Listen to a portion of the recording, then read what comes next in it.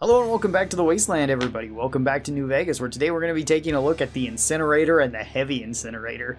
This is a weapon that first showed up in Fallout 3, and this is a different take on the flamethrower. So the Incinerator, rather than shooting out regular fire, this actually fires out fireballs that work similar to grenades. And funny enough, you can actually get one of these weapons very early on into New Vegas. There's actually two that are guaranteed spawns very close to the start. One, you need the shovel if you want to go over to the Yangtze Memorial. You can dig up one of the graves and it always has an incinerator in it, which is pretty awesome. And then if you go over to Prim, there is also the escaped convict leader that is guaranteed to have the incinerator as well. Heavy incinerators are a bit more rare. The only enemies that really carry them around are like the super mutants, and those are at fairly high levels where they have them. The AI is also insanely accurate with the incinerator, so incinerators are not to be underestimated, because if you have like a bunch of super mutants, they can actually lob these directly down on top of you from quite the distance away, and even getting behind hills and behind cover may not actually protect you from these. So let's talk about each of them. First up, we have the regular incinerator. This one requires 25 energy weapons and 6 strength to wield. Not actually that much strength for a heavy weapon. It's kind of a lot of strength for an energy weapon since they don't really cost that much. But hey, 25 energy weapons is really easy to get, so that's pretty nice. This one does 1 damage on direct hit from the actual fireball hitting. Then this does 20 explosive damage. Although weirdly enough, the incinerators are not affected by explosive perks. I guess besides hit the deck, which would give you damage resistant towards explosions, but that would only be your own explosion, at least counting the incinerator. So you don't get more damage if you want to stack like Demo Expert on top of this. And then this also deals fire damage. It deals 4 fire damage over 8 seconds. So you have multiple types of damage here, and the damage that it does is actually pretty decent, especially into the early game. This does 42 damage per second, plus the fire on top of that, so you can add up the damage per second even higher than this, as well as the fire does splash to multiple enemies, so that can actually be really nice for spreading damage over time to this. This one has a big old 1 for crit damage. It's very similar to like the flamethrowers, where this doesn't really do that much crit damage, and building crits for it isn't really that good. This has a weird crit chance though at 1.67 times, so that's better than normal. Definitely an odd amount of crit chance, and crits don't really matter with this, so building for luck I don't think is the best for this. Not saying building for luck wouldn't be good on a fire build, because some of the other weapons like the Saturite Fist Superheated that we talked about not too long ago, and the Shish Kebab can be really good with crits, the Shish Kebab in particular. But the Incinerator and the Heavy Incinerator aren't really those type of weapons. This costs a big old 50 action points to use in VATS, which is a lot. This sadly does not work very well in a VATS build. It just takes up way too much action points for you to use it, and really doesn't do a whole lot. It's similar to like the flamethrowers, where they're best used outside of VATS. This has a 0.1 for spread. The regular Incinerator is actually surprisingly accurate. Now, the fireballs do actually have travel time, as well as they do drop from the gravity. So lobbing these higher can help quite a bit. Something like Heave-Ho doesn't really affect this, I don't believe, because it does affect other explosive weapons, but I don't think the Incinerator is one of them. I could be wrong about that, I actually didn't test it. But at a distance you can use this basically as a grenade launcher, just try to lob it directly onto enemies, which can be pretty good. This has a 30 round magazine capacity, and this only consumes 1 fuel every time that you shoot it, making it probably the most efficient use of flamer fuel. Most of the other flamer weapons take either a lot of fuel like the flare gun, or they go through fuel really fast like the flamethrowers. The Incinerator and the Heavy Incinerator don't. They're one of the better price to performance weapons, I guess, when it comes to ammo. The regular Incinerator weighs 12, so it is fairly heavy. This does make it so heavyweight does affect this weapon. It also affects the Heavy Incinerator.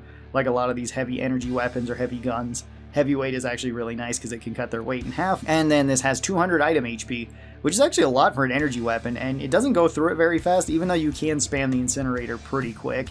So overall, the Incinerator is actually a pretty decent early game weapon. I remember on one of my runs where I was just doing a grave robber only run, the Incinerator actually came in useful a lot more than what I thought it would, because I don't really use this weapon a whole lot, but it's actually a pretty decent weapon. For the pros of these weapons, they do have good damage and good damage per second, as well as damage over time. All of that is actually really nice with this weapon. It's pretty decent against crowds, and it has really good AoE as well. It works very similar to a grenade launcher, so that you can splash damage to multiple enemies, and then the fire will take down damage after that. So this is actually really good for picking off crowds, especially crowds of the weaker enemies, or crowds that are hiding behind something. For the major cons though, ammo can be potentially an issue since flamer fuel can sometimes be rare. It depends what type of enemy you're fighting or where you're going. It has high action point cost, so it's really not good in a VATS build if you want to be using that. A lot of energy weapons are really good in a VATS build. This one sadly is not.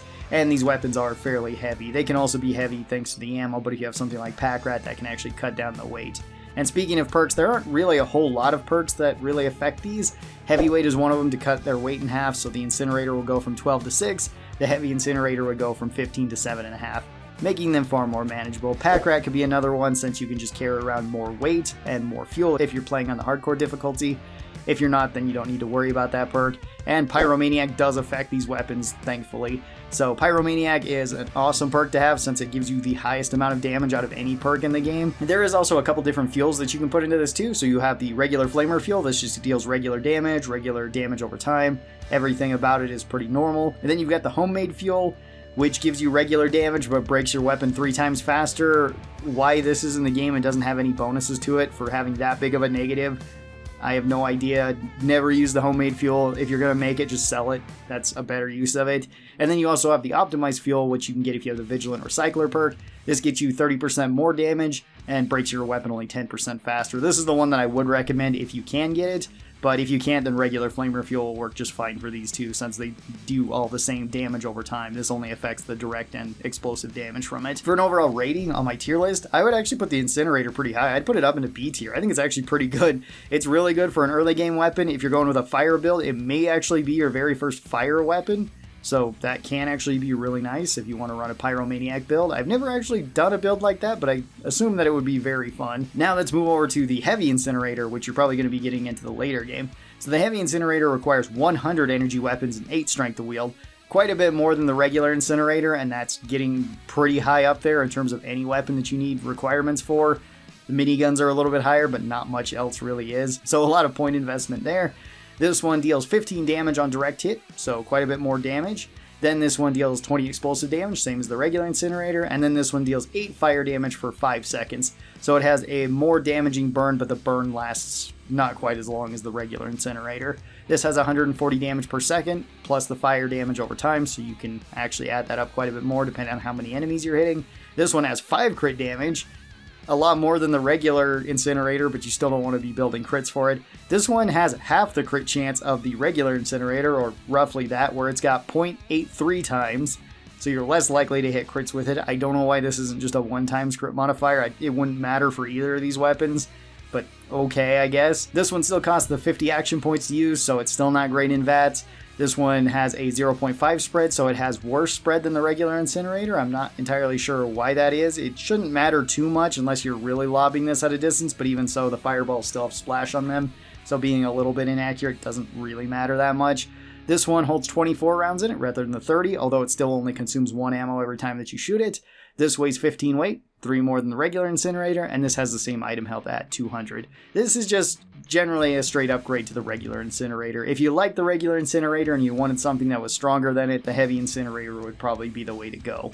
And it does actually make it for a pretty decent endgame fire weapon if you want to use it.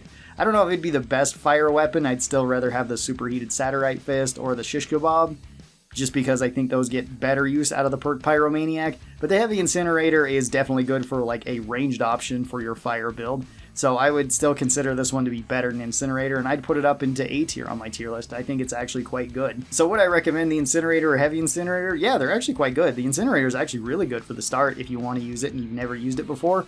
Check it out. It's not too hard to get at least a decent amount of flamer fuel for it, and it can actually do quite a bit of damage and quite a bit of work for you, especially against like the escaped convicts. It's really nice there, or if you want to go take on the powder gangers at their prison, it can actually be pretty good. And later on, the Heavy Incinerator is very fun to use. I don't think it's quite as strong in New Vegas as it is in Fallout 3. I think it's actually a really strong weapon in Fallout 3, but it's still a decent weapon overall. Tell me your thoughts on the Incinerator and the Heavy Incinerator down in the comments below. I'd love to hear them.